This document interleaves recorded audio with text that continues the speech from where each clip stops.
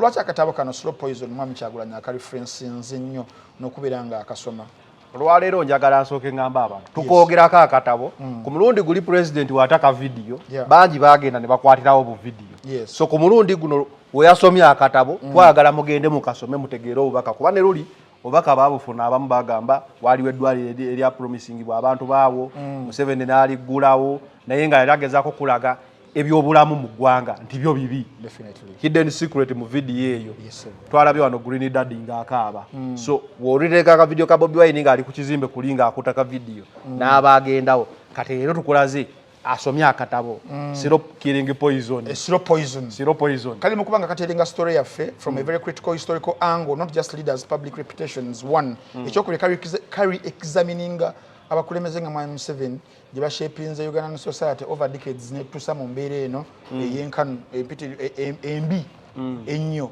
era akatabo kano lwaki olina okubeera nga okasoma lwaki Kyagulanyi addali mu kubanga akasoma nti kalaga engeri amaanyi obuyinza saako n'obukulembeze bwe bufudde ennyo bwe bukyusizza obulamu obw'aba citizen but for the worse okitegeera values zikendeddemukko ne Nana Habu Mouthwash ly'eddagala ettuufu ye nakakasa mu kujjanjaba endwadde z'amannyo musange mu famasi zonna nga bali wamu ne Chalkmail omutwe gukuluma musujja mugongo magulu oba teweewulira bulungi nywa Chalkmail okwongera amaanyi mu basirikale b'omubiri gwo okulwanyisa n'okutangira endwadde eddagala lya Chalkmail lisange mu famasi zonna lyakakasibwa ne NDA self exile n'oba oyinza okubeera nga olimu naye kasobeera nga weekukumye ng'olina ky'obala self exile so it achieves at least one of these can be kubuulire one it preserves ekisinga obukulu essaawa zino okupreservinga the leader's life and freedom kasabeera nga ali mulamu kasabeera nga mulamu kasabeera nga alina eddembe lye ng'alirina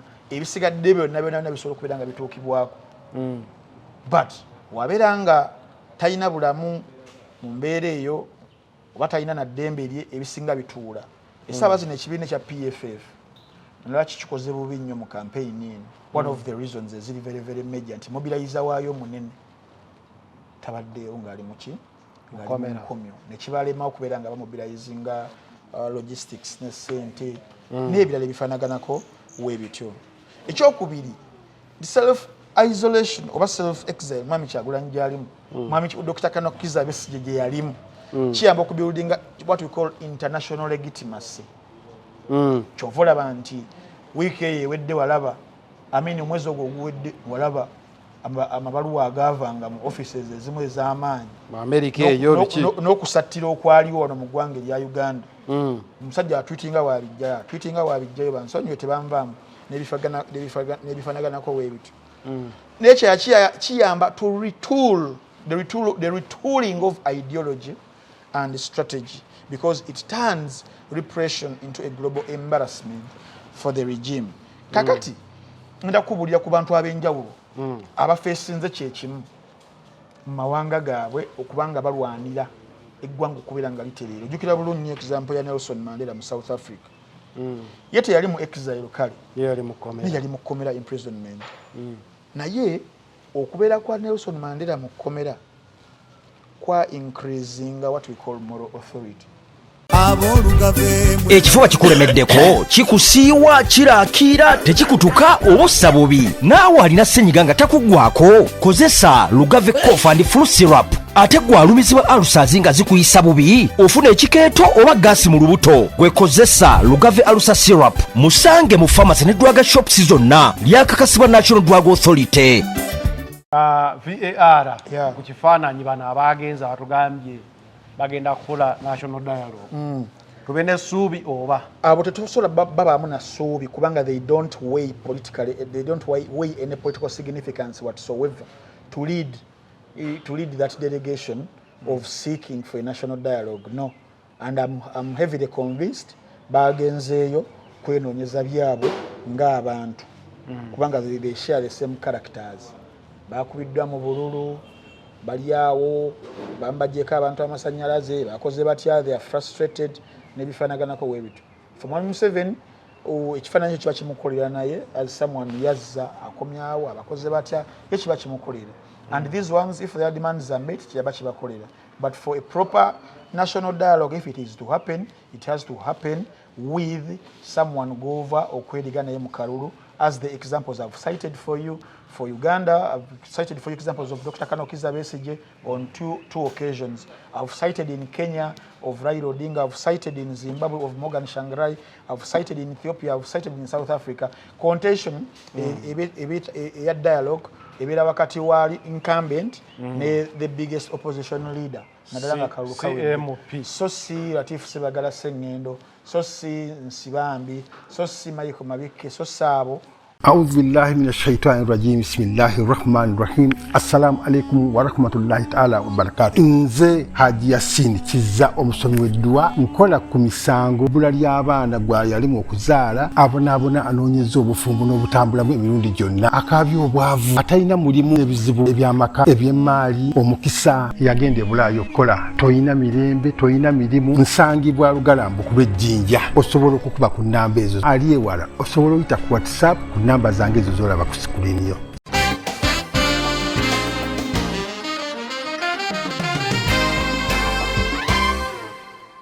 Focus 360 the final channel kwoli nga bulijjo tubeerawo kubanga tuba updates ez'enjawulo okusinziira ku bice ebitambula mu ggwanga Uganda. Every Tuesday tubeera ne Wine Frank Balokeza Frank Ntambi in Focus with Frank Ntambi wakwata lenzi n'akutunuzaamu mu ekyo ky'oyinza okubanga omanyi kubanga wawuliddeko obola nakubira molite muki kyekiba kitegeeza Frank Sebo nga bulijjo buuza kuba kulaba yesebo abali ku the final channel Frank Ntambi Wine Balokeza in Focus with Frank Ntambi banange mbaniriza kunyona kuno olwokubiri tugenda kuba tuyita mu nsonga ez'enjawulo wabula wano mbeera niba nayo omusajja kansoke muvume kamunsonyiwe nena omuntu akugjeeko naawe beeramu anti ndi mu show bana ebirinda ndi ku Kevina bananga abantu bakusobera bana emunansasira omuntu omugjeeko abana Uganda bayige phone gundi ezo etiquettes omuntu akugjeeko bana emunsonyiwe munsasire so badde banange mbabuuzaako munansasira okubanga ndi mukaawo omususa ensonga z'eggwanga wembanga ngira zidiscussingira abantu sagala muntu ansazisaamu kunzija mu timing ensonga ze nina nkulu olunaku olwaleero nkulu nnyo olwanaganye n'omutimbagano abiri go wagafunye nawe ndalabye nga Namera agamba kabaka kuddize ate Namera zinamugamba gwamuna nasimanyi wakyapakuka yanguwa bena kumulangirira kumudikira yalinga kumudigazetinga twabisuubira nespe kale ne marathon ozejokeza tamale mirundi yaka waye olinanjobe mu nsawo eno focus je tulimu in focus olunaku olwaleero mukama wange nkuleetedde ensonga zigenda banga 3 nenga za muzinzi za amaanyi kisokera ddala olunaku olwaleero lwennyini Mwami Robert Kyagulanyi Center President wa National Unity Platform essaawa zino nga whereabouts ze tezimanyikiddwako wadde abantu bali mu kubanga baspeculating tewali Mwami Kyagulanyi musajja mulambulo kufu nnyo wabeera nga alina wali nga alina gyali oba alina gyagenzi ajja n'ategeeza abantu mu video obanga tonala kulaba any communication from some of his social media handles kiba kirala nnyo okuspeculatinga but badegamba nti olunaku olwaleero at least after 6 days lwavuddeyo okubeera nga waba Uganda communication esooka mu nnaku 6 kitugenda okubeera nga tuyisaamu ng'alina akatabo kabadde asoma bakayita slow poison ndaka kunnyonnyola obutta empolampola nga tayita etiisa slow poison nti ebyobufuzi bya Mwami Museveni ssaawa zino bitta ng'obutwa obutta empola era nga omwami oyo yakawandika Mamudani nga ageraageranya ku biseera birira Idi Amin era comparing abo ba leaders babiri so Mamudani sounds a familiar name awulira Mamudani muyindi muki omusajja muyindi Munnayuganda muyindi Munnayuganda omuyindi abajja mu myaka egyo yali exiled mu 1970 abayindi abamu abaexiling ba Idi Amin daddako so mu katabo ako ngenda kubeera nkubuulira Mamudani yaani omwana wono emmeya we New York mama we Mira Nairo ono filmmaker n'ebirala makoba ogambe Mamudani nenzijukira yono gaye yayimba Kanda mutabani we emmeya we mu America. So ngenda kubeera nkubuulira wonna n'akatabaako mulimu quote Mwami Kyagulanyi ya jemu enkulu ennyo mu kaseera kano etulina okubeera nga tubreakingira down abantu ne elements ne content ali mu post eyo eya Mwami Kyagulanyi obubaka obusebo era kubeera mbukuba mu VAR kye butegeeza ku Nayoganda ku munankyukakyuka ali mu kubeera nga agoberera ensonga olunaku olwaleero bwe nabeera nkujjawo kawa mukama wange ng'onoobonzikiriza kubanga nina kubeera nga nsaba gguyinza okugana okunzikiriza nina kubeera nga semeno shoyo wajita ino focus with Frank and nira kutwalako kwa Mwami Segona Segona mu mbeera yemu akali amaggwa Avudeyo n'agamba Mwami Kyagulanyi nti aveeyo gye yeekukumye ajje yeetwale ku CID bamulwanirire musango then bamulwanirire oba si kyekyo kugamba ayogedde ebintu bingi nnyo nalabeko ka video tugenda okubeera nga tukubamu tocho olunaku olwaliro video eyo simanyi oba ogirina nja kugifuna nagirabyeko samwe yes then of course ekyokusatu ekisembayo ate nga kikulu nnyo owiiki eyo ewedde lwalinaku ndowooza lwakutaano wemba serabidde mu bulungi oba olwokuna olwokutaano somewhere there manyi tubadde mu kuziika ennaku nnyinza ozirabiramu awo naye emabega awo ennaku ntono nnyo ez'emabega waalabika ekifaananyi ekyafulumira ku State House awo nga waliwo bannabyabufuzi abaagwa ababadde bali mu kifaananyi ne Mwami Museveni ku State House bannabyabufuzi abaagwa kikulu nnyo abaagwa mu kalulu abaagwa ng'abantu abaagwa mu kalulu n'abaagwira ddala waliwo okugwa mu kalulu ng'okyali w'amaanyi naye bali baagwa basooka ne bagwa ate ne bagwa ne mu kalulu kati basinkanye Mwami Museveni naye essaawa zino twalaba ku TVs zonna bali mu kubeera nga boogera nga balina bye bali mu kuba nga bafrontinga ebiringa ng'ebiraga representation y'opposition n'ebiruubirirwa byayo lwaki bagenzeeyo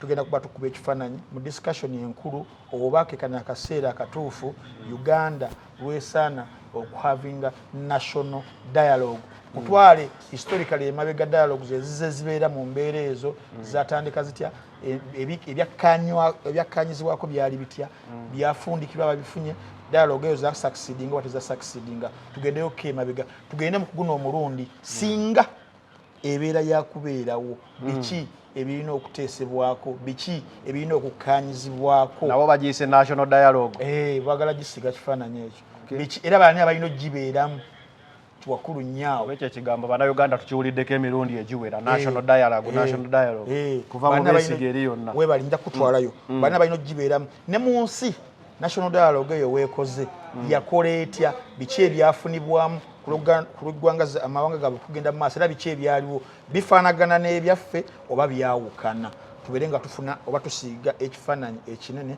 ate era ekigazi mu kaseera kano ne Mwami Kyagulanyi gyali eyo yonna yonna gyali nakiyise self exile someone okubeera nga yeexilinze nga yenyininyini abuzeewo tukikubemuko ku tooki as a strategic political strategist kibakoledde abadde nga babeera basoomoozebwa abagala okutuusibwako obuvune obagala okugulwako emisango mu nsi zaabwe basooka ne balifulumamukko kibadde kiwakinga kitasebo mukama wange ebyo awamu n'ebirala benna mu luwombo olw'olunaku olwaleero sebo mukama wange tutandikiddewa tutandikire ku post ya Bobi Wine communication yazze after 6 days definitely ka video kagundi kano nako nga wenkalodinga akani akasegona kali amaggwa I think nako nga wenkalodinga wano nga ne post eyo ndoza abantu gibatereddeyo nabo babirenga bagisoma kanjitekewa Mwami Kyagulanyi ndoza mu kubyumba wumba kubanga tubiza mu lulimi Oluganda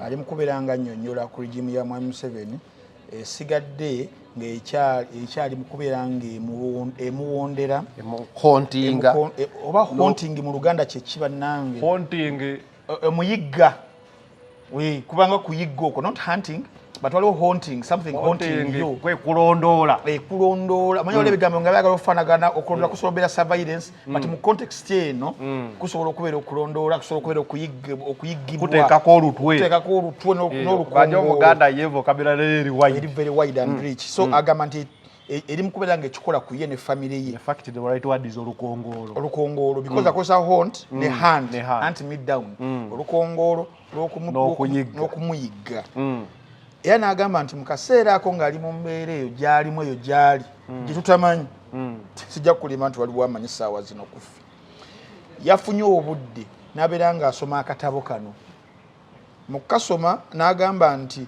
kali mu kubeera nga kanja Mwami Museveni ku kikyali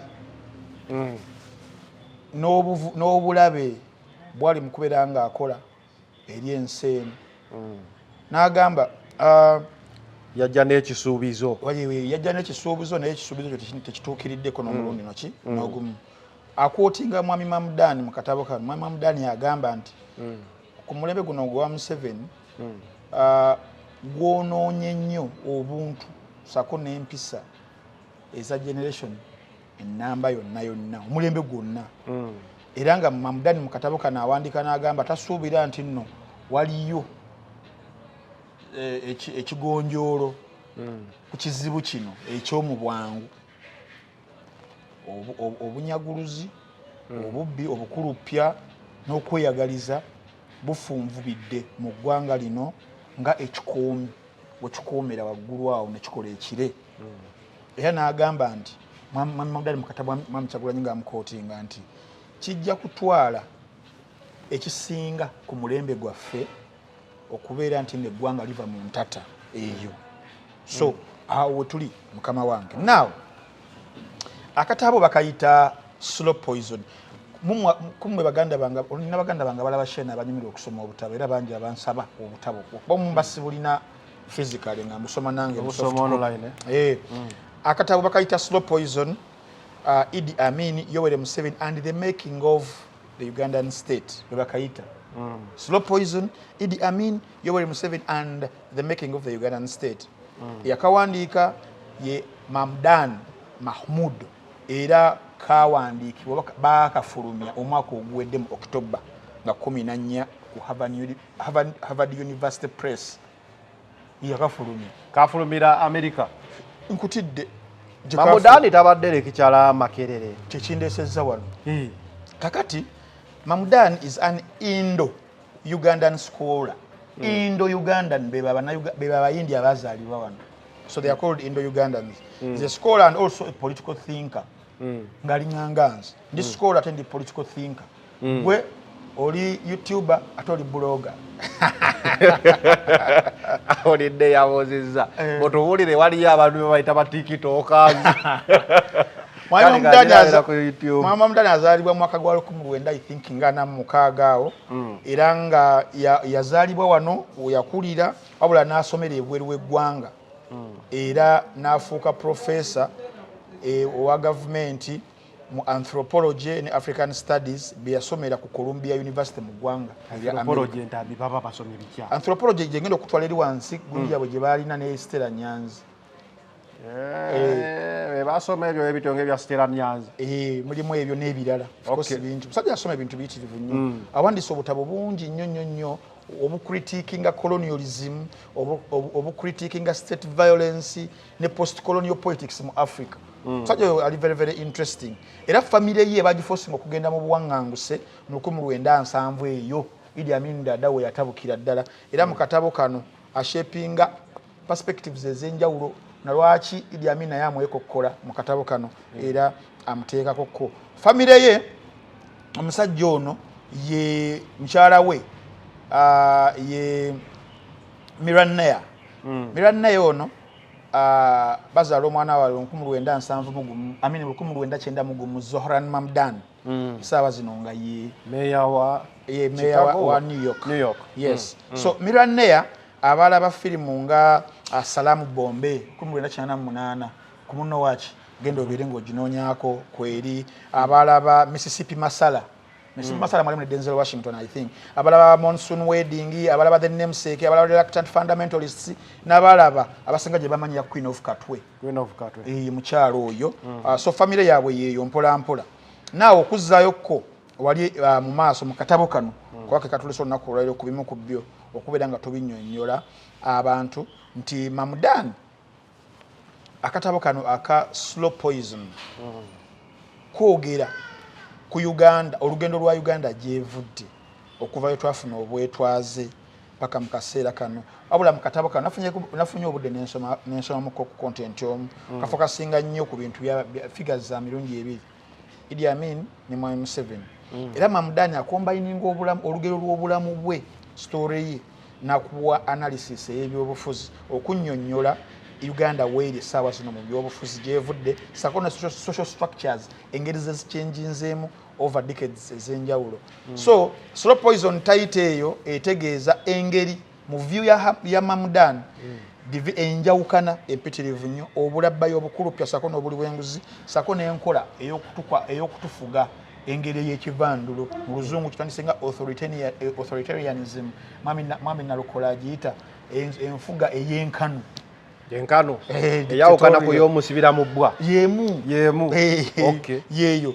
So lwaki akatabo kano Slow Poison mwami Kyagulanyi akareferensinze nnyo n'okubeera nga akasoma olwaleero njagala nsooke ngamba abantu tukoogerako akatabo ku mulundi guli pulezidenti wataka vidiyo bangi bagenda ne bakwatirawo bu vidiyo so ku mulundi guno weyasomye akatabo twagala mugende mukasome mutegeere obubaka kuba ne luli obubaka baabufuna abamu bagamba waliwo eddwaliro erya promisingibwa abantu baawo Museveni n'aliggulawo naye nga yali agezaako kulaga ebyobulamu mu ggwanga nti byo bibi hidden secret mu vidiyo eyo twalabye wano Green Daddy ng'akaaba so w'olireka ka vidiyo ka Bobi Wine nga ali ku kizimbe kulinga akutaka vidiyo n'abaagendawo kati leero tukulaze asomye akatabo Syrup Killing Poison Syrup Poison kali mukubanga katerenga story yaffe from a very critical historical angle, not just leaders public reputations. One ekyokubiri carry examining abakulembeze nga Mwami Museveni gye bashapinze Ugandan society over decades ne tusa mu mbeera eno eyenkanu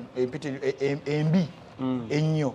Era akatabo kano lwaki olina okubeera nga okasoma lwaki Kyagulanyi addali mu kubanga akasoma nti kalaga engeri amaanyi obuyinza saako n'obukulembeze bwe bufudde ennyo bwe bukyusizza obulamu obw'aba citizen but for the worse.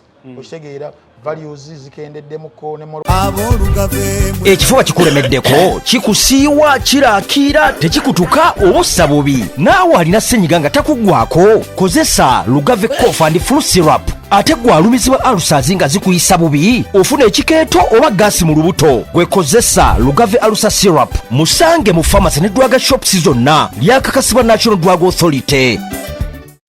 So okubreaking it down quote ya Mwami Kyagulanyi ebadde egamba nti the Museveni era has corroded the morals of an entire generation and there is unlikely to be an easy solution to the problem. A pervasive corruption and cynicism cloud the country like a fog. It will take no less than a generation for the country to come out of it. Let me unpack this in part. So nzikiriza mbi unpacking embisumulule. Yes, sir. Amina tata. Now, wayogera ku kigambo corroded the morals of an entire generation. Mwami Kyagulanyi ategeeza ki wano ng'asinziira mu katabo ka Mamdan yali ategeeza nti under Mwami Museveni long rule n'emyaka 4 gye tulimu over 35 years mu kaseera yawandiikira the publish yali ya the other year 2025 ayogera ku ngeri gye tweyisaamu ways of behaving our decision making engeri gye tusalawo and attitudes towards power how they have changed the nationally mu ggwanga wenananga olusika ekinze corrosion of morals or corrode morals kitegeeza ki wakulu people in leadership might begin to accept or they have begun to accept corruption as being normal part of leadership. Definitely corroding kintu gamba ekintu ekigenda okutalagga ekintu ekivondavonda something bad but they have made it normal. Now ti abantu abali mu leadership people in leadership they are beginning to accept corruption as normal. Now kuffe be batwala be bafuga ffe ba citizens we might feel very powerless olwekyo tetukyalina maanyi and cynical because politics now seems controlled by elites, not everyday people.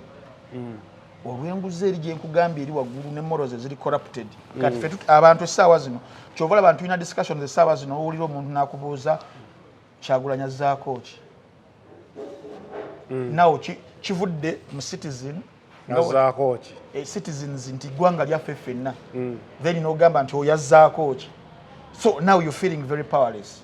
Okitegeera nti eggwanga terikyali lyammwe bali bajjeemu ne even temukyalinamu stake n'emu temulina kwogera mulina kukirekera bali so young people nga bazza ne lugwe tukyali young twogera kati ku batongo oyo cameraman they grow up seeing nawe okkiriza nti oli muto oli musajja muto okyali muvubuka muto kyogera wekana n'empoga senkana n'ampoga naye kati ndi musajja mukulu oli musajja mukulu. Now young people they grow up seeing that success and connections matter more than honesty or public service. Gamba nogu asusse myaya akuna ekirimu ne bamuwaayo omulimu awo mu prime minister's office afunayo emitwalo 8 n'avuga mpa enkoni ne apartments 4 gamba yakikuba akola wa prime minister. Yes. So embracing corruption agamba omusajja oyo muyiiya yakufuna omulimu myezi 2 naye yakikubye baba. Kakati that is the corrosion. Definitely. Example jamu yegenda okuwa nti some top leaders abali mu government they openly use state resources. Ero baddo birabanga mu kalulu nakubulira enjawulo ya state ne government I think sakubulira okubeera nga abantu bakosa state resources zirina okubeera nga tezirina kugenda mu byabufuzi tezirina kubeera z'aba citizens zirina kubeera nga zakitinga neutral okubeera nga bazikozesa for their personal gain without any real consequences teri kibatuukako. Otunuuliranga mu magye essaawa zino buli omu alina akatiba ajja n'ayogera naye ng'ayogera byabufuzi kyagula tugendamu okukola kino tugendamu okukola kino tugendamu okukola kino awo wonna so people ne batandika okubeera nga balowooza nti ebintu ebyo birina okubeera nga bikola ki nga bitambula ekintu nno ekyo ekyo webityo birina okubeera nga bitambula naye nga bikyamu mwami Kyagulanyi kyali mu kubeera nga akootinga mu katabo ka Mamudani aka slow poison kyaffectinze nnyo trust ne values across our society.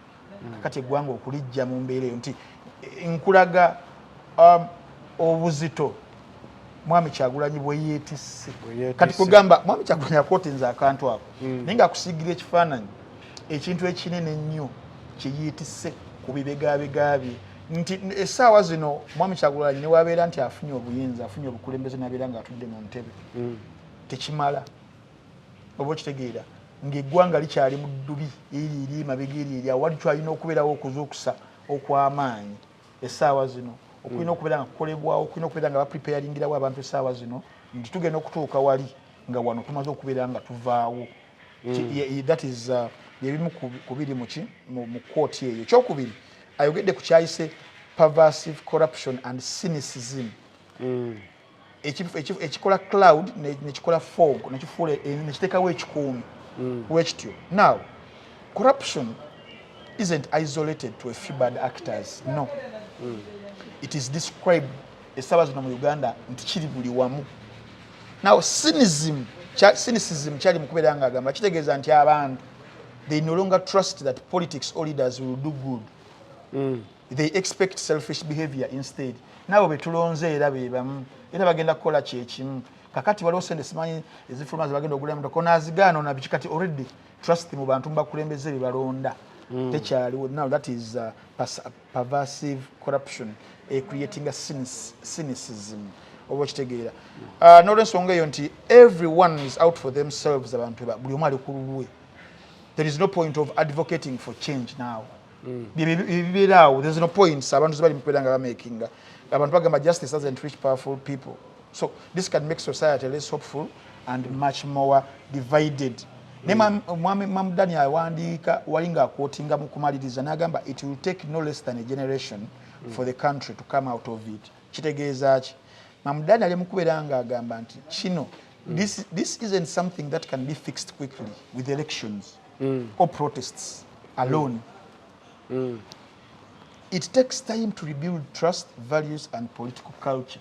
Kati mwami Kyagulanyi kintu kyendi mu kubeera nga ndi mu correlatinga nti si kya elections etinawabeera omuntu aziwangudde nti mwami Kyagulanyi oba ye mwami Mao oba ye mwami Uhwevu oba ye mwami Ntambi abeera aziwangudde no.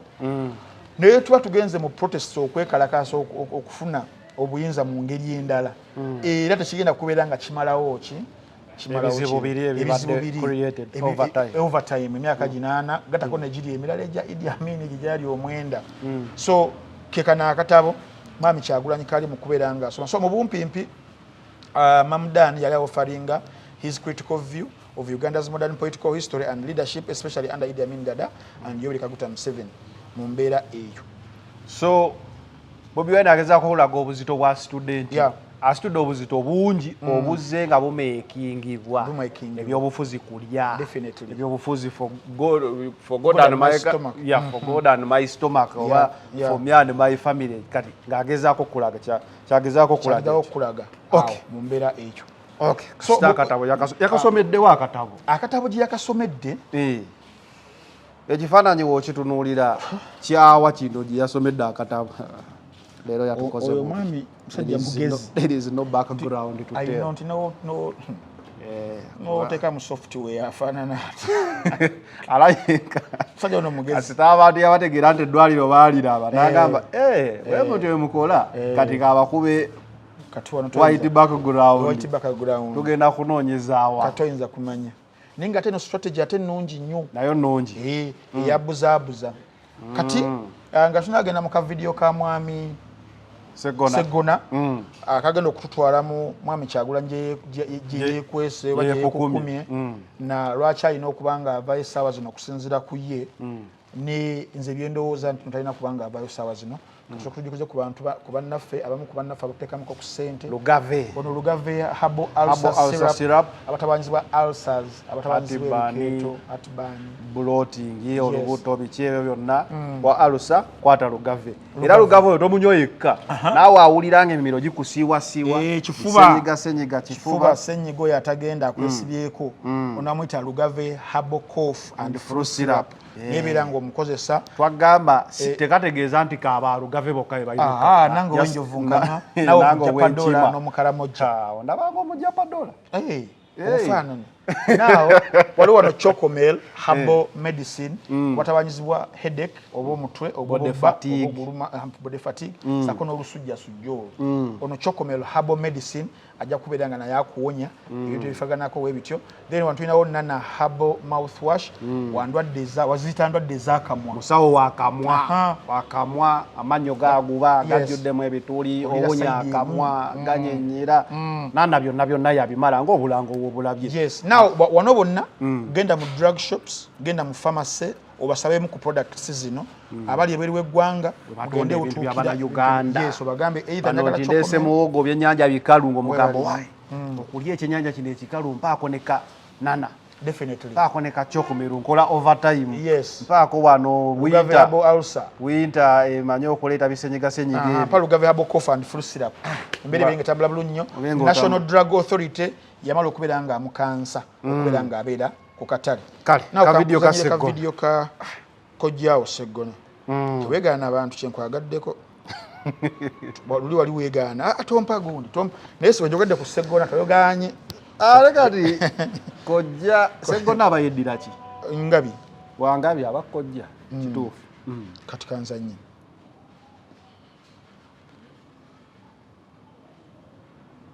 Kyagulanyi Robert Sentamu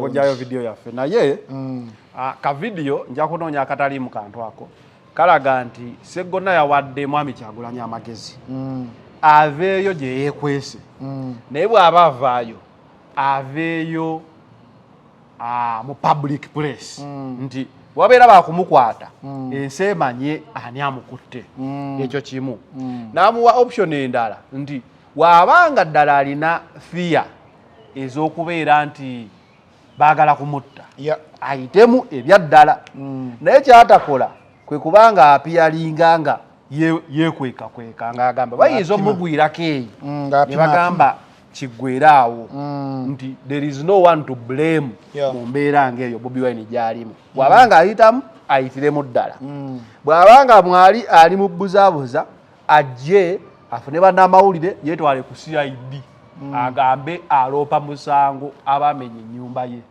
kati awo byonna ebinaddirira ensi ejja kubanga ebiraba mu maaso abantu balina mixed feelings ku suggestion ya Segona nga Frank Ntambi tugimenyeemenyemu abantu ku ndowooza yaabwe eri Segona's opinions oba opinion eri etya era gweoyinza girabamu ango ki katutandikire ku ango gye yagambye nti vaayo weeweeyo tukuwolereze twenganga omusajja abaana bamugambye beesige ani yabagaana omugjayo like bazze balaba nti okwewaayo nga Kyagulanyi akwatiddwa it can mean 4 years in prison it can mean even 10 years singa tewaba regime change kati nga bamubuuza ogamba otyo omusajja okujja yeeweeyo katunula awo wennyini ngenda kugattako era simanyi oba babadde kini ennafu ejjo okulabako ku bigambo by'omwogezi wa poliisi yagambye nti poliisi ekyali maka ga mwami Kyagulanyi bakyalina interest n'ebifaanaganako weebityo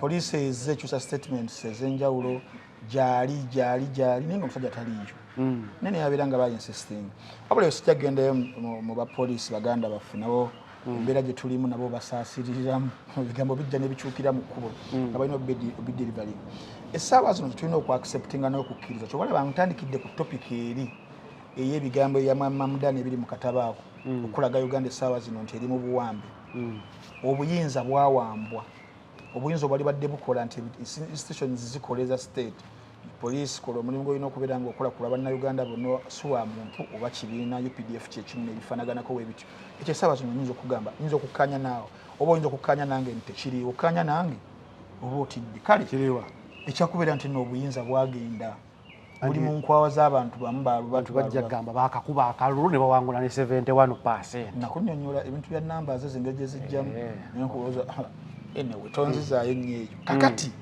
tuli mu mbeera eya state capture obuyinza bwawambwa ebitongole ebyo omwami byali mu kubeera nga anokolayo genda ku CID olope obagambe waliyo abali ewaka biki bifaanaganako weebityo ogenda okwetooloola wonna wonna nga bannaffe abo gye twaliddukidde singa badde ensi ndala goberera amateeka egassa mu nkola naye bikyali badde kisoboka naye eggwanga mwempangaalira ne mwami Sseggona mwawangaalira kimanyi bulungi nnyo emu ku nsonga lwaki mwami Dr. Kanokiza Besigye ali mu nkomyo ssaawa zino omwaka gumu n'emyezi egyekulungudde lwa bintu weebityo nti amateeka gakolako ddi musajja tagendako omusango tegugenda mu kkooti kubeera nga guwozesebwa applications ez'okubeera nga bamubeiringa zigaaniddwa n'oluvannyuma lw'okubeera nga n'emyezi gyayitawo egyesalire egiri mu mateeka naye nebisigala nga biringanga we biri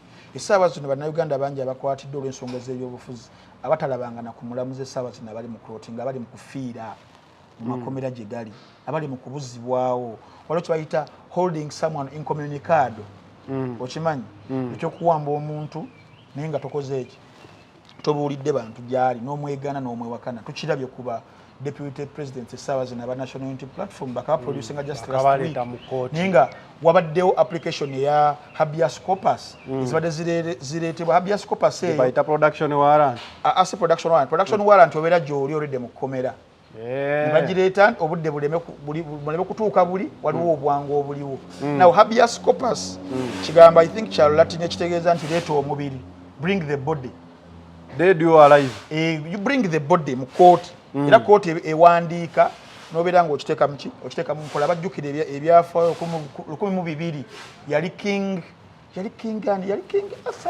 one of the kings ababungereza abali basaze okubeera nga batewalira amateeka mu ngalo etteeka lino litandika okubeera nga nti bane temupasa kyute nga bano nga tebayise mu mateeka bring the body habeas corpus application ezo zireeteddwa naye nezigaana okubeera nga ziweebwa amatu wiiki ewedde webaleeta mwami Sebuufu webaleeta Tukamushabe webaleeta Zedriga naye nga baali babeegaana oba okiraba ndi mukubulira mwami Sseggona kyagezaawo okubeera nga atutunuzaamu gy'oli awangaalira mu nsi ndala yeggwanga Uganda now webeera nga gavumenti ya mwami Museveni webeera nga poliisi ya Uganda n'ebitongole byonna byonna ebikuuma ddembe mu kaseera ak'ebyobufuzi nga kabunkenge bateekawo embeera even okwarestinga abantu abarestingirire waka waabwe bakita batya preventive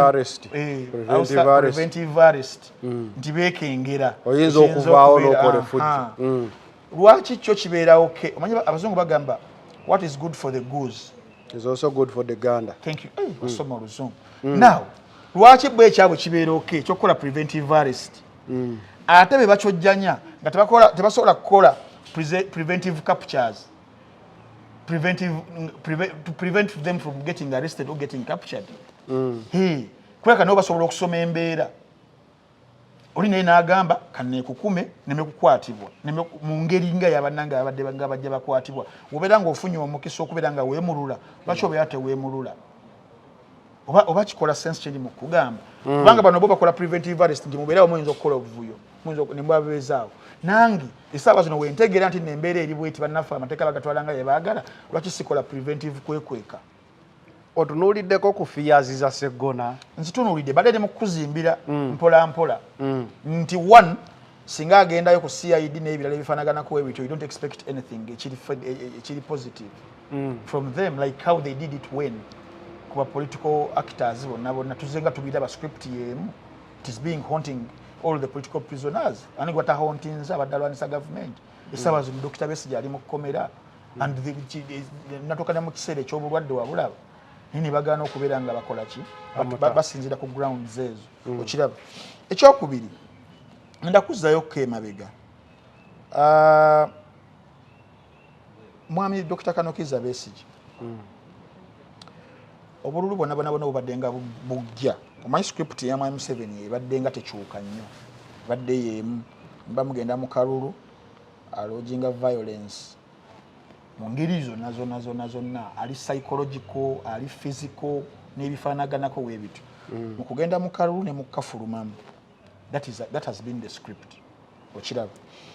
Mwami Dr. Kanokiza Besigye akalulu ka 2021 wekaggu yagenda mu ggwanga lya South Africa ne mu ggwanga lya Zambia. That was 2001 n'agenda ndoza agenda mwezi nga gwa kusatu n'akomawo after 4 years n'akomawo mu 2005 ojjukira bulungi nnyo. So yagendanga olumu n'akomawo ko wano briefly naye nga terina amanyi n'akola ki n'abeera nga addayo. Ngenda kubulira ebirungi ebibala ebiva mu ekyo kubaga gwe weralikidde fears za mwami ani Seggona za mwami Seggona. Mwami Besigye mu kaseera ako lwaki yali awaŋŋangusa yeewaŋŋangusa n'agenda nasooka abeere nga abeerako ko we yeewogomye. Bali amaze okubeera nga bamuggulako omusango gwa treason n'ogwa rape, treason and rape charges.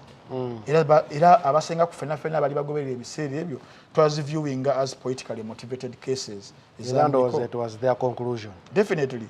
But after so many years, that's when they came to that conclusion. But had they landed on him, maybe Alibadenga, instead of okubeera Zambia, South Africa nga aliruzira paka we are fighting bamujeko emisango egyo okitegeera n'abeera nga agendayo. He had been put under constant surveillance and harassment. It is the same as Mr. Kyagulanyi is experiencing right now. There has been consistent surveillance at his home. There has been consistent harassment eri abantu be. You know what happened to Babi Tungo Kyagulanyi? That is harassment. You know what I've just read for you in the book, in the Gundi. Nana Habu Mouthwash ly'eddagala ettuufu ye nnakakasa mu kujjanjaba endwadde z'amannyo. Musange mu famasi zonna nga bali wamu ne Chalkmail. Omutwe gukuluma, musujja, mugongo, magulu oba teweewulira bulungi. Nywa Chalkmail okwongera amaanyi mu basirikale bombiri gwo okulwanyisa n'okutangira endwadde. Eddagala lya Chalkmail lisange mu famasi zonna lyakakasibwa ne NDA. Aba yeetaaga ebintu bino. Aba yeetaaga physical safety and legal breathing space. Byaba yeetaaga oba kitegeera. Mwami Dr. Kanokiza Besigye we yali mawanga age South Africa ne Zambia kyamuyamba okubeera nga addamu okusoma. Yastudinga police circles ez'enjawulo na building international networks na rebranding himself from just being a Museveni's former ally into a civilian opposition figure. That was the period yamalawo. So political as a strategist kiba kikolera omuntu ng'oyo ne ku mulundi guno mwami Kyagulanyi wonna waali tatudde ali mu kubeera nga apanga ekiddako ng'asoma kuba struggle okugikipinga ng'ekyagenda mu maaso. Njagala nkujjukizeko nti mwami Besigye we yakomawo his dramatic return nga tugenda mu kalulu ka 2006 mujjukira bulungi nnyo yakwatibwa e Busega. Gute waliiwo wali luddawa ndowooza wali okyasoma e Columbia University omanyi kyali e Busega awo nga Besigye yakakomawo n'abeera nga akwatibwa mangu nnyo. So trial ya mwami Besigye nga bamukutte mu kaseera ako it became a national spectacle. It elevated him into the undisputed face of opposition politics mu kaseera ako. So abantu balowooza nti mwami Kyagulanyi ali mu kusiika binyomo waali awo wonna wonna. Akalulu ka 2006 we kaggwa primarily era mwami Besigye yaddukira South Africa with some short stays mu Netherlands ne mu UK ne mu America n'agendayo era around roza 2007 paka 2010. That was that. Naye lwaki era waliwo court cases ezaaliwo zaali very continual. There was brutal repression of opposition rallies ezaali ezize and he needed a recovery and space to reorganize politically mu kaseera ako. Ebikulu wano a need of recovery and space to reorganize politically mwami Kyagulanyi kyali mukubera nga aliko essaawa zino nga abadde akyetaaga nnyo oba walaba campaign waliwo yali ku lyato ng'olaba yenna aliwonawo definitely tiyaggasi na bikyeva ndimubigamba mwami Sseggona akalulu ka 2011 wekaggwa baorganizingawo okutuwa ku protests waziraba and the whole state escalated violence mwami Dr. Kanokiza Besigye ne balabira nga bamukwata buli lunaku bamukuba bamuteeka ku house arrest weyafuna mwaka kisa but before kuyitamu mujukira incident eyo weyakubwa tear gas instead ya wali mulago nakubwa tear gas agende Aga Khan Kenya but come back here wakola ki wajiraba now kino kitegeeza how strategic is self exile mwami Kyagulanyi yali essaawa zino in such an authoritarian system like Uganda nga mamudani waje nnyonnyola mu slow poison nakutandikiza wali nga bigenda gatta eno kitegeeza ki self exile nga mwami Kyagulanyi yali nze mu ndowooza yange ndaba kiri very strategic wabanga ddala gyali kuba exile you can only be an exile nga toli mu nsi yo video usembye olaba ngalaga ali mu nsi self exile noba oyinza okubeera nga olimu ne kasobeera nga weekukumye ng'olina kyobala self exile so it achieves at least one of these can be kubuulire one it preserves ekisinga obukulu essaawa zino okupreservinga the leader's life and freedom kasabeera nga ali mulamu kasabeera nga mulamu kasabeera nga alina eddembe ng'alirina ebisigadde byonna bisobola okubeera nga bituukibwako but wabeera nga talina bulamu mu mbeera eyo oba talina na ddembe lye ebisinga bituula essaawa zino ekibiina kya PFF nolwaki kikoze bubi nnyo mu campaign eno one of the reasons eziri very very major nti mobilizer waayo munene tabaddeyo ng'ali muki mukomyo nekibalema okubeera nga bamobilizinga logistics ne ssente n'ebirala ebifanaganako weebityo ekyokubiri self isolation oba self exile mwami Kyagulanyi gyalimu mwami Dr. Kanokiza Besigye gye yalimu kiyamba okubuildinga what we call international legitimacy kyova olaba nti wiiki eyo ewedde walaba omwezi ogwo oguwedde walaba amabaluwa agaavanga mu offices ezimu ez'amaanyi Amerika eyo n'okusattira okwaliwo wano mu ggwanga erya Uganda omusajja atwitinga waabijjayo bansonyiwe tebanvaamu n'ebifanaganako weebityo naye kiyamba to retool the retooling of ideology and strategy because it turns repression into a global embarrassment for the regime kakati ngenda kubuulira ku bantu ab'enjawulo abafeesinze kyekimu mu mawanga gaabwe okubanga balwanira eggwanga okubeera nga litereera ojjukira bulungi example ya Nelson Mandela mu South Africa ye teyali mu exile kale yali mu kkomera imprisonment naye okubeera kwa Nelson Mandela mu kkomera kwa increasing what we call moral authority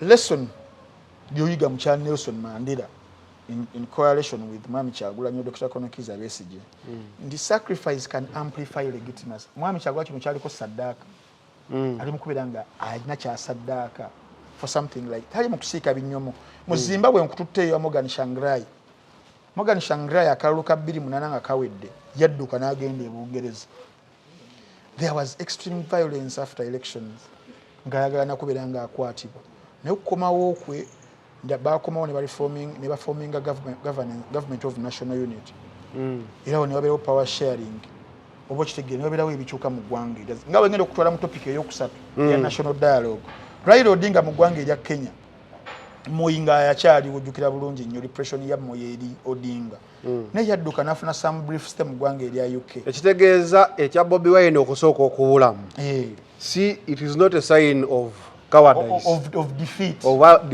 no. It is what the great have done before definitely naye oba ogenze mu Ethiopia ewa Abiy Ahmed naye mu akalulu ka 2017 akalulu nga kawedde akagundi yakomawo mu 2018 nga kakomyewo era walaba ebyakyuka oba okitegeera n'abakulembeze abalala bangi so mu ggwanga erya Uganda I think ekiba kiyinza okukola obuzibu nga that silence that exile efuuse permanent exile politically you're dead but tactical exile nga ya mwami Kyagulanyi it risks the return but it gives you moral capital anti kati ono abadde agamba nti eno vacuum Bobi Wine gy'ateekawo ku leadership ye political party ye ng'agamba waakiri aveeyo agambe nti kati vice pozi ba vice bonna balimu like he had to delegate someone. No, I don't think obukulembeze essaawa zino even the struggle works mu vacuum bwetyo nti omuntu abeera steppings mu nsi buli kimu kiyimirira okukola oba ne authority tebaddamu kugigoberera oba okitegeera no omuntu asobola okuyima gyayimye kati nkubulidde egyo emyaka 5 emyaka 3 kwena mwami Besigye yali Zambia ne South Africa abaaliwo era bali bakyamuwuliziganya bulungi. In fact it took the whole delegate nga bava mu reform agenda tukomezaawo ebibiina ebingi referendum amaze okubeera ng'ekolebwa ebibiina bikomyewo bagenda Zambia bamiri Matembe bakazoora bagigore mugisha mu baani okuforminga now what you see as FDC. And I think also Bote was doing it ku UPC bagenda ne bamwebuuzaako aba UPC abasigala wano. So exiling does not create a vacuum. It doesn't create a vacuum, especially nga leader gyali eyo tatudde teyeebase tulo okitegeera. So but I can understand the worries. Ate fears zino nti kati keweekwese obanga ddala toyiseemu oli wano abasajja ne baggwako mu kibugunyu temanyi kyenkugambye nti kyenkugambye wano negamba nti tactical exile nga toli tobagambye nti ndi wala tovuddeyo kubeera nga weegira. It is risky but it is worth the sacrifice. Chebade ni mukugamba mwami Kyagulanyi kyali mukola kino is doing a sacrifice. Mwami Dr. Kanokiza whatever he was doing it was a sacrifice for the bigger picture, for the struggle. Mwami Museveni mugenda mu nsiko kumwenda kinana mugumu kumwenda kinana kaluka bidwa kagenzeeyo na risking anagenda mu nsiko with 27 guns nga was portraying n'abajasa abali abatono as compared to the numbers of the Uganda National UNLMA. Uganda National Liberation Army yali mu buyinza. It was risky but then after 5 years it yielded from M7 okubeera nga awamba obuyinza. So for any politician, for any strugglist, kababere ba Thomas Sankara badde bafa, kabere Patrice Lumumba, kabere ba Che Guevara bonna waloka time katuukanga akokuba ko kyosaddakayo kulwe kifananye kinene kulwe strategy nene okubeera nga the struggle eguka tebera bya kumukeka munange obuyinza sibya kukubira kaluluno jano olayira obuyinza tebera nko bwa kumukeka okubufuna naddala mu situations ng'ensi zino ezalemeramu okubeera nga tebanabeera okko nkyukagana ya buyinza muki mu mirembe. Kati whichever move you do olaba ne moves eziri democratic abasajja bakulaga bazi frustrating abasajja bakulaga nti abantu bakuwa akaluluko nga kaweze babutoddeko bewadde beyongeddeko ebiri Masaka olutawulanga n'ennamero oluwulira balwogerako mu mawulire wonna naye nga ndimu kumugamba kyamateeka nti katulaba naawe abasajja bakufrustratingirawo. So everything that is being done is sacrifice for the better good. Okay. Yes, sir. Kati aveeyo gyali kuba twagenza okulaba nga waliwo abagenza okukola national dialogue purportedly bo gye baatugambye ababaddeko mu State House omuli kuzisigaye Sebagala Latif Sebagala Sengendo omuli Nsibambi omuli Mabikke ne ba ferias bannabo abalala kyongereko olina kyewangambye nti they might not be the right people to seek for dialogue because they have nothing to offer in the first place. Dialogue bo bagisabangani isn't it the time Bobi Wine yakole dialogue eyo kati tutuse mu State House kati awo tolekedde ekyatulesa olwaleero awo wewandese wali wona badde ndi mu kuzimba kino ekinene naye nga sinakubeera nga ngenda mu kinene kanso kenzo jukize ku bannaffe abamu ku bannaffe abateekamu ssente tulina bannaffe abamu no watch bannange mugende ku mutimbagano gwa mu no watch kwe tuli ku applications ku masimu gonna abakozesa essimu ya Android genda ku Google Play Store downloading Bwiino watch abakozesa essimu ya iPhone genda oba iOS nga bagiyita genda ku App Store downloading application egenda kusaba email address gyokozesa ne password gyokozesa prompting bulungi paka wosasulira sente gibere emitwalo 3 gyokka buli mwezi that is almost dusulu 10 buli lunaku kulwa films enjogerere mu ba VJs ba Uganda bonna omuli VJ Junior VJ Emmy VJ Giovanni VJ Tom Shaukan Jingo I Speak Evo Kevin Chris Sweet HD Dandy Sami Ivo Ismakel Toke Mox Muba Eddie Cam Lance Case Olio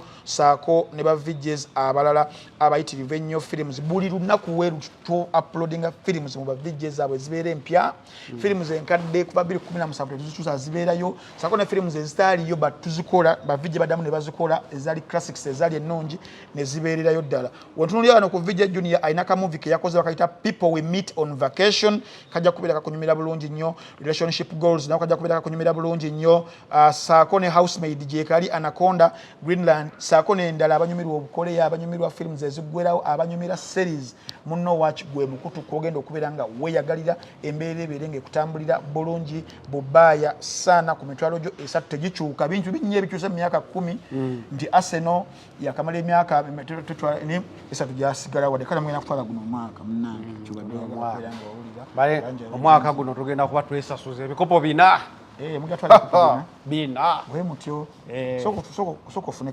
karabao fune mpola kalinganza abituteke ebinogo omulundi ogumumanyi omanyi babitwala batya mpola osoka twala mpola oyagaliza mbu byona yonna byange ndikati ndi ku fine oli ku fine omanyi gozanya naye ku fine Man City okay mu myaka mukaaga tannankubamu wakiri draw tannankubamu okuva atetano yajja Man City tekubasi ate wana babasingido omwabasingiro obonero omwenda n'abakuba naawe Di Bruyne obadde kikebera share Man City badengera kuba n'ekyo si kyekikulu mugende ku mutimbagano ogwa Bwiino watch naye badde bayogera wamu sanjufu ndi kati mugoba naye munamalako okuweza 5 in a row lwaleero West Ham tugikuba inshallah now abalala abamu kuba tutaddemu ssente namunnango ono owa kampuni enemanyiddwa nga Apple Studio asomesa enkozesa eya artificial intelligence era nga asomeseza ddala ku ssomero lye erirawe kawempa okulirana ku police asobola okujjawo oli companies ezikozesa abakozi wabula nga mukozesa nnyo computers ezo laptops ezo biki ebyo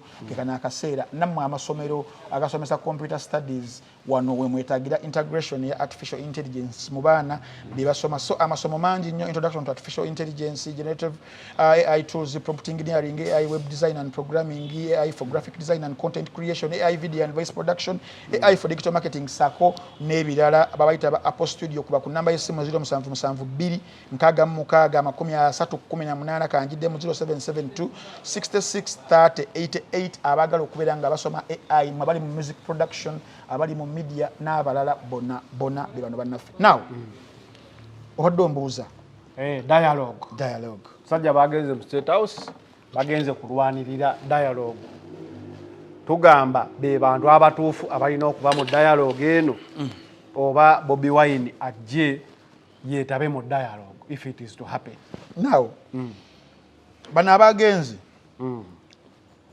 manyi ndi musajja yakola Oluganda one elevera wagambye nti Oluganda luzito lugagga kati bano bewalabye mu kifaananyi kitegeeza abagwa okay abantu abannafu politically kakati the dialogue can't happen nga presentation eno gyolaba nga be bali mu kubeera nga be batembeeta ensonga eyo wabeerawo ekyekwesa emabega either nga bagenze kati bintu binnya biri mu happening essaawa zino waliwo abagudde mu kalulu nga beetaaga twagiyitanga tutya relief handshake kind of relief nga bagyetaaga bano bassebagala bagamba mwakimeka compensation thank you so much compensation oba relief oba handshake oba positions cabinet munango ndabiranga ddala muzeeyi oba RDC n'obo bumpale tebumenya tebunkola bubi oba advisor munange muzeeyi nawo mpangawo konsijukira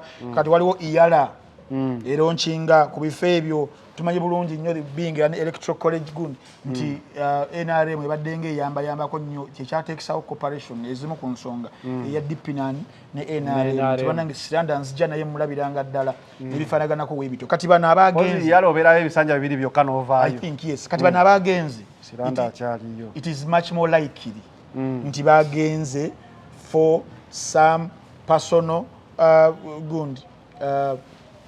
bargains ezenjawulo ku bintu ebyenjawulo, but politically you can't come off no government zekyantutteyo nabadde njagala kasente oba nabadde njagala kifo oba nabadde baba balina okufuna issue balina okwekwekamu to seem that they are legitimate people, and the reasons that took them there, they are legitimate issues. Ku Mwami Museveni ayaniriza n'abantu abamu be bamuteekerateekera nti bano bavudde mu Nuupu ne bateekawo ne bu t-shirt n'agenda ne bamulaba. For him, he doesn't have any problem okumitinga a group of people. Yokasaba mugamba nti nevudde ku opposition. He has been like that. Abaaniriza n'abayita ne bagoyinga for group photo gundi ezo. Yabiranga abakikwasaganya. So that is the group yagenze eyo, the wounded soldiers who just wanted posturing.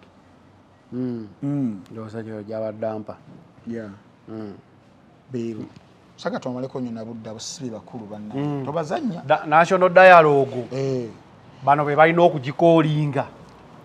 National dialogue balina okugikoolinga. The need for national dialogue. Is there a need for national dialogue? I believe so.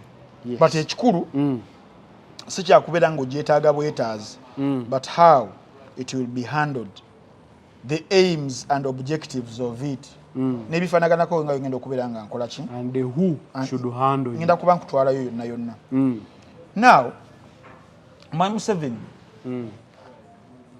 mu byonna byonna byasinga okubeera nga ayagala yeetaaga figure emu bweti eya Mwami Kyagulanyi. For something like that, okumaking any meaning, that is if bachikirizam, which I believe they nabo tebachikirizam tebajetaaga. The NRM doesn't need that. But now this is political posturing. Nayenga, if it was to make some optics, yali badde Mwami Kyagulanyi nga gwe yeetaaga. Era deep inside this that he was disappointed okubeera nga group ya Sebagala yagenzeeyo. Owulira lwaki? Ngenda kuzayo ko mu byafaayo 2012 Dr. Kanokiza Besigye FDC nga tuva mu kalulu aka ka 2010 kali highly contested. There was a talk of the same national dialogue or committee okubeera nga boogera era abajjukira obulungi omwami yali amanyiddwa nga Conrad Nkutu. He was a strategist mu kibiina kya FDC. Andrew Mwenda Mujuni kusaidi ya independent, but of course we know where his bread is buttered.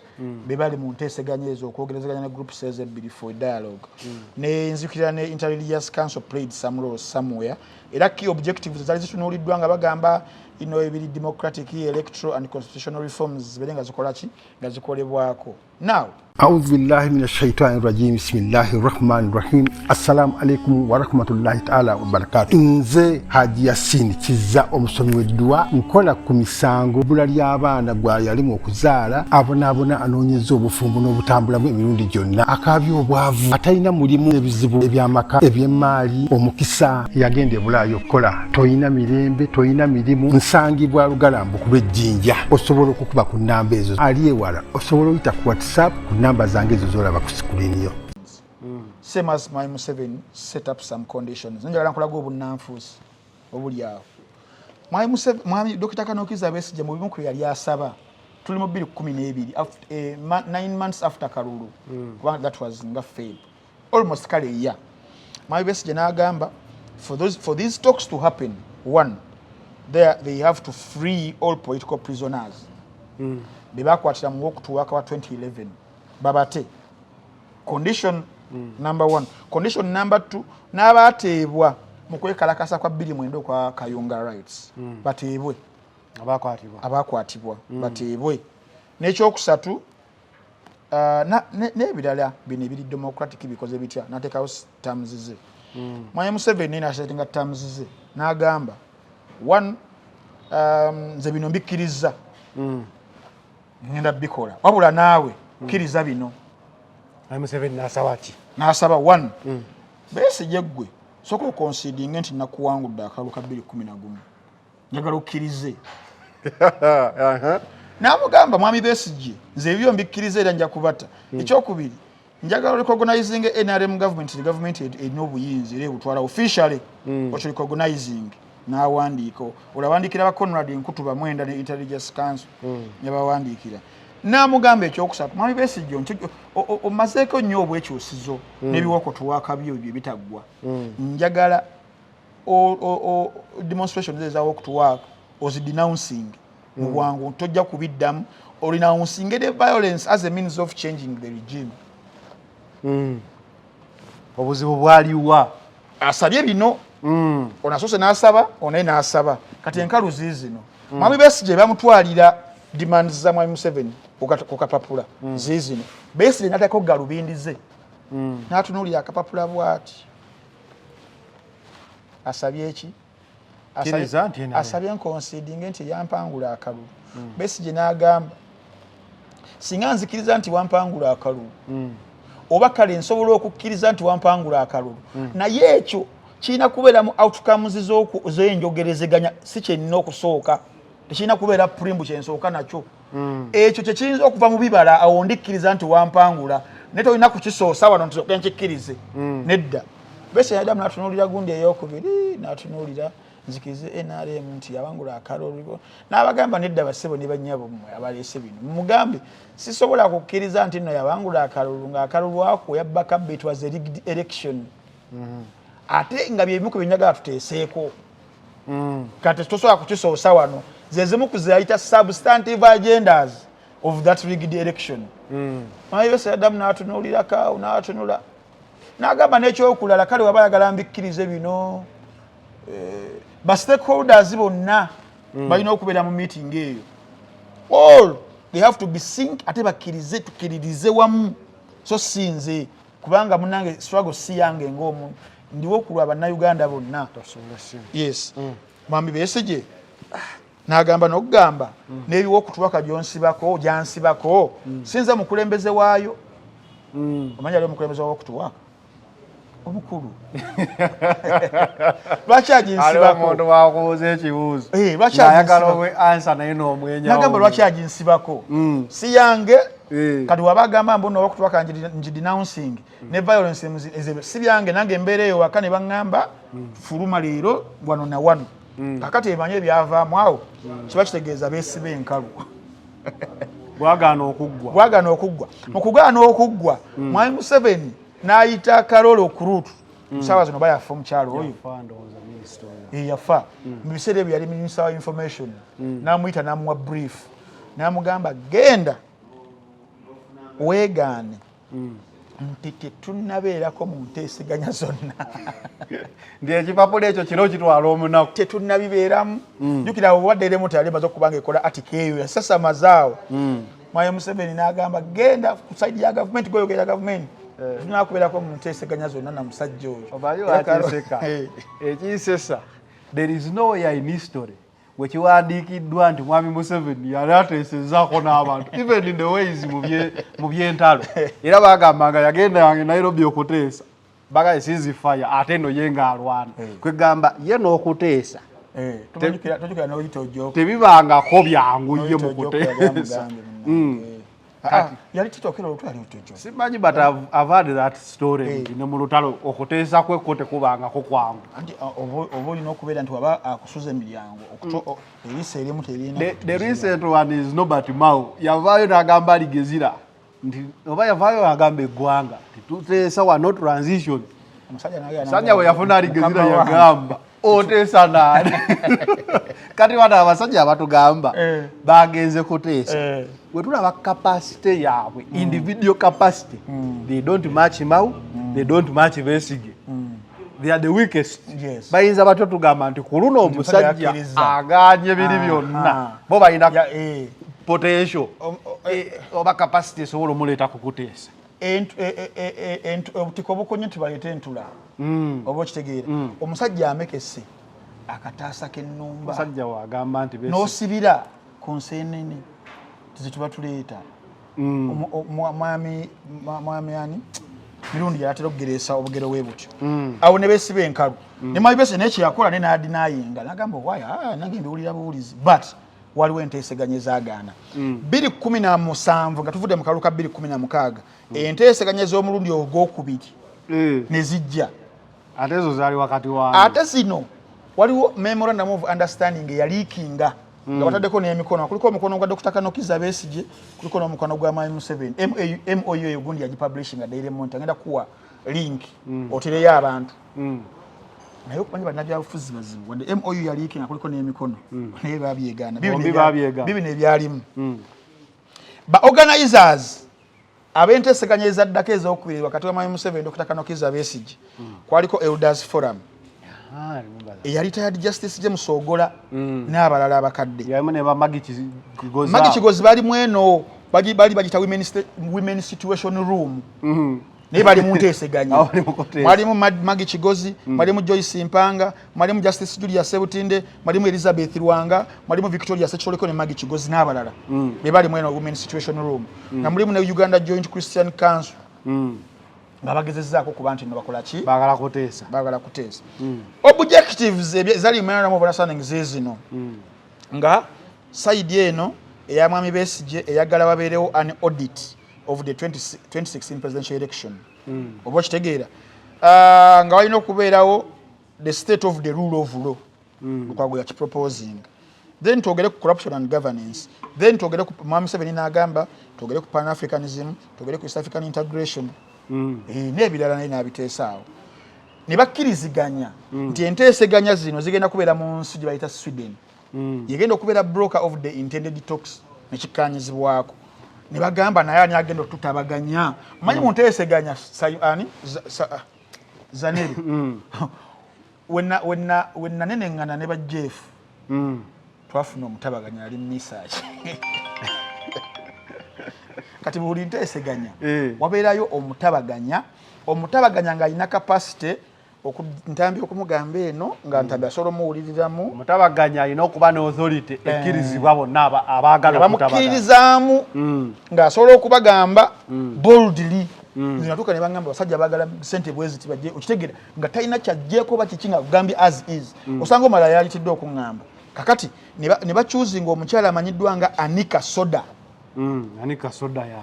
Anika Soda abagoberera geopolitics yabadde State Secretary for Foreign Affairs in Sweden 2014 mpaka 2019 but she's a recognized international peace mediator recognized international peace mediator waliwo abalemaganyi waliwo ensi eziremaganyi ziremedde mu lutalo zikoze ziti waliwo omuyeekera agala okuyeekera gavumenti eno yono bamuyita Anika Soda yazaalibwa omwaka wa 1955 yawezezza emyaka 7 last year bali yampadde ne gundi invitation ngendeyo naye nga sina visa mukwano gwa yali invitation gy'okozesa okusaba visa kakati nimbigizagezaako ne bagiraagira agamba Ntambi okuseza ekolokola nga struggle ekulemeredde oyinza obutadda kakati Anika Soda webamukwasa omulimu ogwo najja Uganda wajja Uganda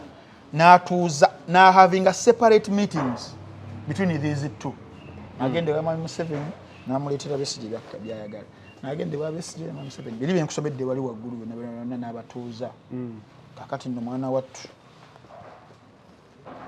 ne bakkiriziganya ne bagamba kobadde nti yeggwe katukkirize kakati tugenda mu feezi eyasembayo yaleeta ebizibu Mwami Museveni n'agenda gisuula awande giwomuziza agotofaayo Mwami Museveni taggwayo alinga lujegerekasi atekawo kakodyo bamufunzisa nga bakkiriza nga bakokyayongera he amends his demands every time Mwami Museveni agamba Museveni ayita president of amendments Museveni musajja mugezi nnyo mugezi yagamba nzikiriza naye bibi nebyala byensaba byobuzaayo agamba Soda twalire Besigye walina okubeerawo a one-on-one before ne Besigye Besigye y'ebintu byayagala bibeere bya lukale one-on-one Mwami Museveni agamba is one of the most people amanyi political persuasion oba niyagamba ali Besigye yennyini kasita omuwa okutuukuno yagamba omusajja ono wakunyonnyo ogenda kakati ye is a convincer kati Besigye yakawulirako bwayagala one-on-one n'agamba nda tusigadde ku kiri Mwami Museveni n'agamba n'ekyokubiri to having a joint media briefing tujira abamawulire to briefing on the cardinal issues. Then ekirala to having a photo moment okusettinga tena ya meeting. Photo moment. Kakati mwaye Museveni abafuna ebye yali abibiramu. Yali ayita mbuyisi. Nenge kifaananyi kyalumye. Adigezo muyita nti kati jangu tupesi. Nga yiyabirala kati nga gwe kifaananyi kyalumye oli kati kyekyatuuse ku bano. Photo moment. Mwaye Museveni nga sokyali ewuwe. Ka photo moment. Oba gwani. Era bona balaba abagenzeyo. Kati bali mu kwewozaako. Bali mu kwewozaako. Naye photo moment kasaagifuna ye nga kusettingira ensi. Era kati bansibambi basebagala bali mu kulwana. Bagenze okusaba birala. Babataddeyo ebifaananyi. Balina okcreating ebibala bagenda okubeera nga bagamba. Yawonaako ka photo moment ako. Sikeeka iPod ya Bobi Wine. Ate nga ne wano kyaka yali asetinze ba paparazzi mu bumooli. Nakuba kyali baddawo ku Daily Monitor ng'ekubye ekifaananyi kya Besigye Busiriki. Likit. We muntu omunene. Ajjajaja. Oba tokyalina demand yonna ensi eba ekuggyeemu Bwesigye. Teba. So, mu kino lwaki mbadde nkuwa background eyo, obadde ombuuzizza nti ddala national dialogue tugyetaaga. Era tuba tugyetaaga bano be basaana. Mu 28 capacity eyo egisaba. Mu 28 waliyo national dialogue ne coalition mu ggwanga erya Kenya. Lwaki kyahappeninga bwe kityo? Ndi waliwo ze twatuma post election violent crises ezaaliwo.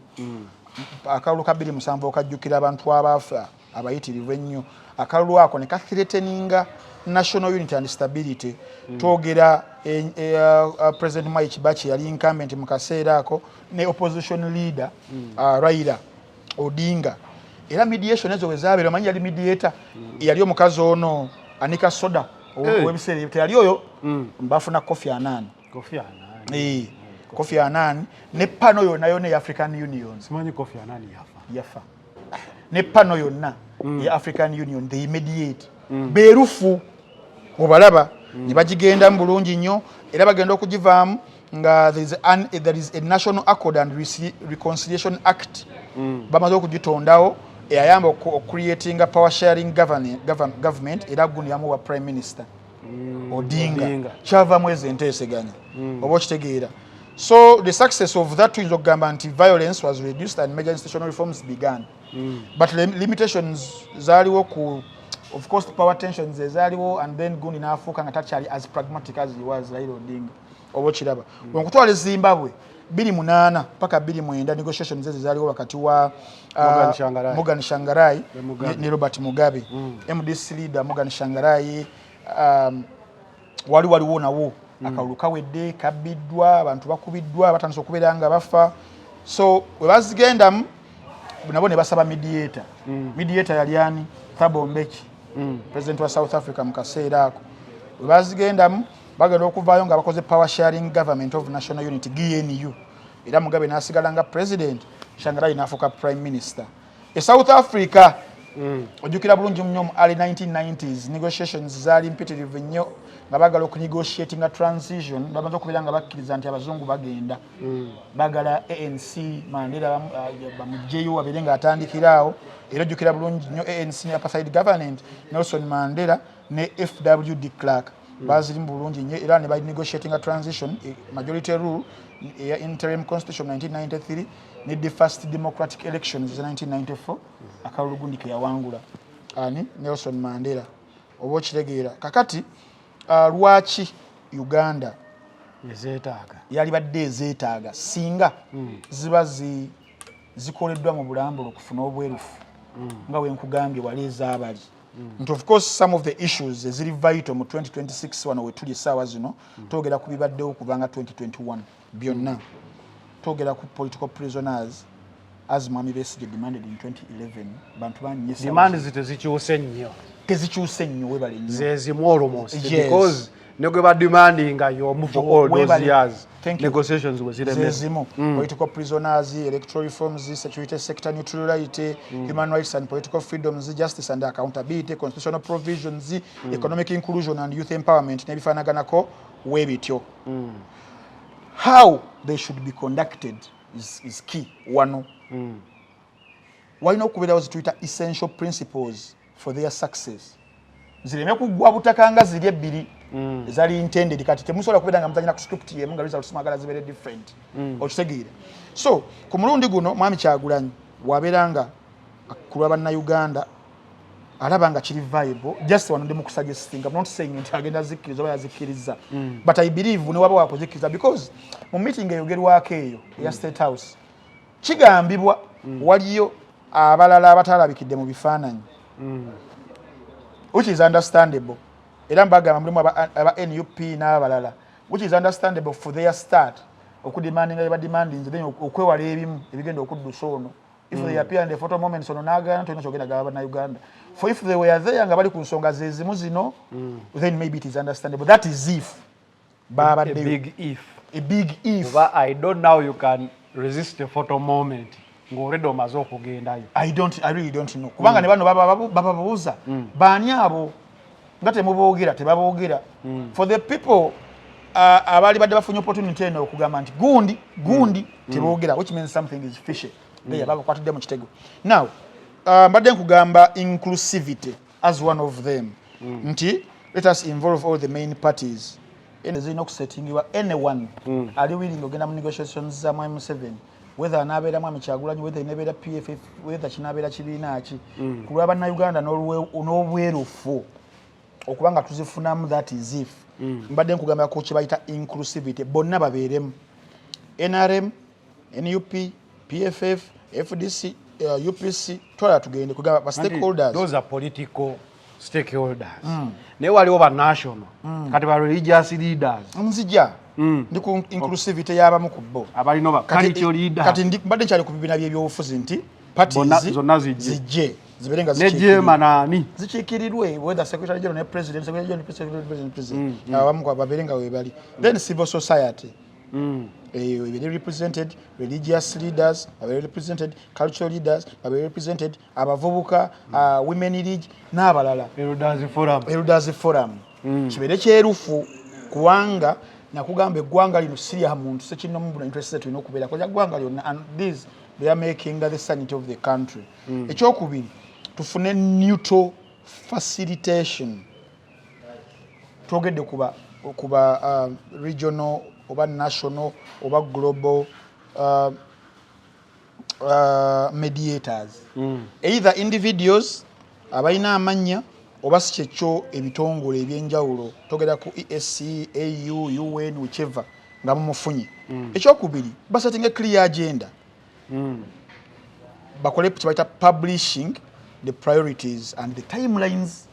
Twagala bino bikolebwa mu bbanga bwezi okiba kyakutaba political prisoners by June babirenga bamaze okusonjola babirenga bakola ki babirenga bavayo babirenga bateebwa tebalina misango mucho bakulaga bana abagenzeeyo mwami Museveni yagambye kwa bakireeseeko ye n'agamba basoke bakkirize emisango yidala siya kiri kyenkugayo mwami Museveni yazanya y'obufuzi bakkirize emisango gye bataakola rilimbo aleka bawe pardon nenga there is a possibility wano okubeera nga bidropping oba okitegeera.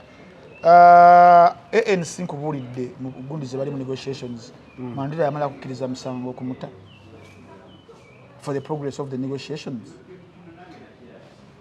Now clear agenda ebeere set, then transparency and communication obwerufu mu mpuliziganya, regular public updates to build trust mu bantu, regular public updates sikubeeyo netulowooza bakati bateesezza biki bibeera bivaayo oba kitegeera. Then the implementation plan nkulu twogera creating what we call mechanisms to monitor and enforce agreed reforms birina okubeera nga bicreatingibwa oba kitegeera. Mwami Kyagulanyi ku byali mukubanga ademandinga nga y'omuntu abadde mu kalulu kano. One, independent verification of election results tebibaddeewo. Two, international neutral mediator abeerewo. Three, security guarantees for opposition figures.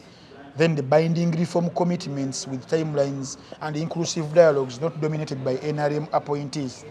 Kyenalirowoozezza bebimu ku ebyo ebikulu for anyone ali willing okubeera nga agenda mu negotiations zino ku lwa bannayuganda bibeere nga byerufu nga birimu n'enso n'ebyo neziba ziganye biba biganye buli kimu kyerufu.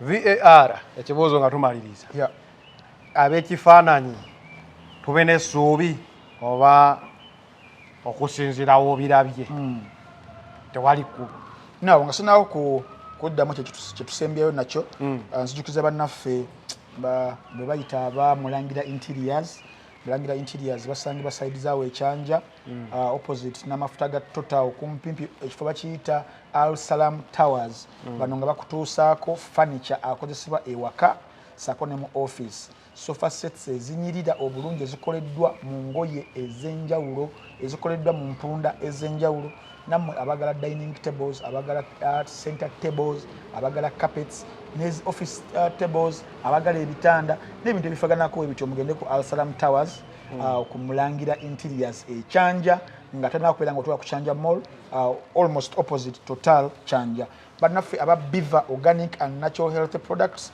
Dr. Richard Senjobe gyali eyo Emengo obere ovudde mu biwologoma ng'oyambuka ove ku mukono ogwo gwa Ham Mukasa Road weyongereko mu maaso katono meters nga bibiri bisatu ojja kubeera olengera ekizimbe ekya Biva Organic nga jjanjaba endwadde ez'enjawulo zonna eziba zikulumbaganye abalina pressure abalina sukaali abatawanyizibwa mu magulu magumba abatawanyizibwa ebirwadde ebyenjawulo kagubere musujja obulwadde bukuluddeko ensonga ez'omu kisenge kusaidi y'abakyala n'abaami family planning saako ebintu ebifaanaganako ebizito health boosters ez'enjawulo obulwadde obwa hepatitis B mu nnaku 6 n'obeera nga ofuma bufume bagiyise Biva Organic and Natural Health Products ate ye nga akozesa butonde oba nga akozesa mmere nga eddagala n'ebintu ebifaananako ebintu ebiri organic embeera nebeera ng'etambula bulungi obaddeyo ngamba VAR ku kifaananyi bano abagenzi abatugambye bagenda kukola national dialogue tube n'essuubi oba abo tetusobola babaamu na ssuubi kubanga they don't weigh politically they don't weigh any political significance whatsoever to lead that delegation of seeking for a national dialogue no and I'm heavily convinced bagenzeeyo kwenoonyeza byabwe ng'abantu kubanga they share the same characters bakubiddwa mu bululu bali awo bambajjeko abantu amasannyalaze bakoze batya they are frustrated n'ebifaanaganako weebitu from 107 ekifaananyi kiba kimukolera naye as someone yazza akomyawo abakoze batya ye kiba kimukolera and these ones if their demands are met kiraba kibakolera but for a proper national dialogue if it is to happen it has to happen with someone go over okwediga naye mu kalulu as the examples I've cited for you for Uganda. I've cited for you examples of Dr. Kano Kizza Besigye on two occasions. I've cited in Kenya of Raila Odinga. I've cited in Zimbabwe of Morgan Shangirai. I've cited in Ethiopia. I've cited in South Africa. Contention, a dialogue, a wakati wali incumbent, the biggest opposition leader.